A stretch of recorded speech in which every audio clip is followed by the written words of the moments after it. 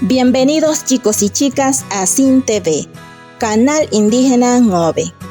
¿Sabías que en el idioma Ngobere no siempre se cuenta de la misma manera?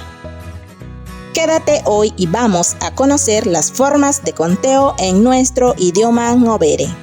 Cada una pensada para objetos, personas, plantas, dinero, animales y muchas otras cosas.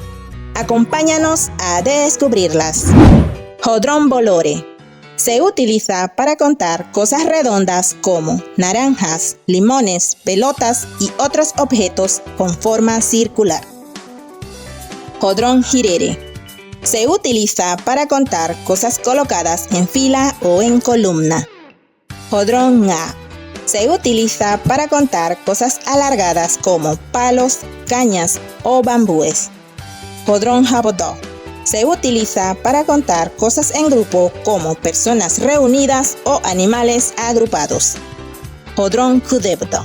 Se utiliza para medir la braza, es decir, la distancia entre los brazos extendidos.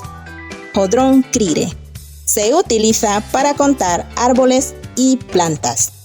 Jodrón kore. Se utiliza para contar hojas de plantas y árboles. Jodrón krigode. Se utiliza para contar cosas en bulto como sacos, costales o canastos llenos. Jodrón kisebdo. Se utiliza para medir la cuarta, una medida tradicional realizada con la mano. Jodrón done. Se utiliza para contar piezas de ropa. Jodrón kune. Se utiliza para contar pesos en plata o pedazos de algo. Jodrón diviere. Se utiliza para contar plata en reales. Jodrón bobe. Se utiliza para contar las veces que se realiza una acción. Kubu. Se utiliza para contar los días. Kubu hakone. Se utiliza para contar los días progresivamente. Kubu hatori kowore. Se utiliza para contar los días regresivamente. Ninire. Se utiliza para contar personas.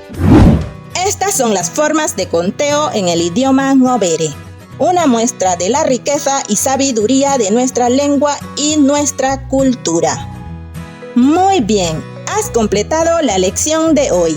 Recuerda que cada palabra en Ngobere nos acerca más a nuestra cultura y a nuestras raíces.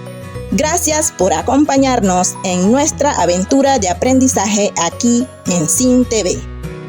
Si te gustó esta clase, comparte nuestro contenido con tus amigos y amiguitos para que todos sigamos aprendiendo.